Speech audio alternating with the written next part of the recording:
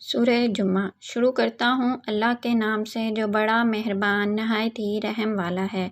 جو کچھ آسمانوں اور زمین میں ہے اللہ کی پاکیزگی بیان کرتا ہے۔ جو بادشاہ حقیقی کمال درجے پاک غالب حکمت والا ہے وہی ہے جس نے ان پڑھ لوگوں میں ایک رسول صلی اللہ علیہ وآلہ وسلم انہی میں سے بھیجا۔ وہ انہیں اس کی آیتیں پڑھ کر سناتا ہے اور انہیں برائیوں سے پاک کرتا ہے اور انہیں کتاب اور دانش مندی کی باتیں سکھاتا ہے، اور یقیناً یہ لوگ اس سے پہلے کھلی گمراہی میں تھے اور ان کے علاوہ ان کو بھی جو ابھی ان سے نہیں ملے، یعنی جو قیامت تک آپ صلی اللہ علیہ وآلہ وسلم پر ایمان لانے والے ہوں گے۔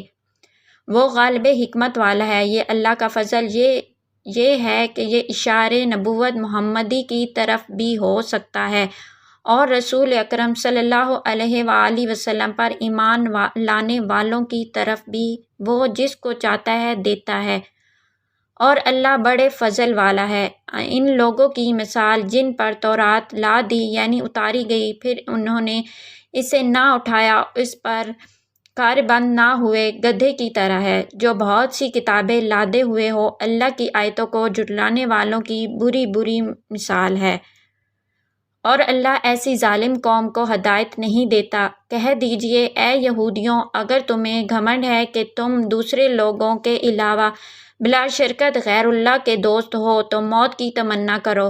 اگر تم سچے ہو وہ کبھی بھی موت کی تمنا نہ کریں گے، وجہ ان اعمال کے جو اپنے آگے اپنے ہاتھوں بھیج رکھی ہے، اور اللہ ظالموں کو خوب جانتا ہے۔ آپ صلی اللہ علیہ وآلہ وسلم فرما دیں، بے شک جس موت سے تم بھاگتے ہو وہ تو یقیناً تمہیں ملنے والی ہے، آ پکڑے گی، پھر تم سب چھپے کھلے کے جاننے والے اللہ کی طرف لوٹائے جاؤ گے، اور وہ تمہیں تمہارے کیے ہوئے تمام کام بتلا دے گا۔ اے ایمان والو، جب جمعہ کے دن نماز جمعہ کے لیے پکارا جائے، اذان دی جائے تو تم فوراً اللہ کی یاد کی طرف دوڑ پڑو اور خرید و فروخت چھوڑ دو، یہ تمہارے حق میں بہت بہتر ہے اگر تم جانتے ہو۔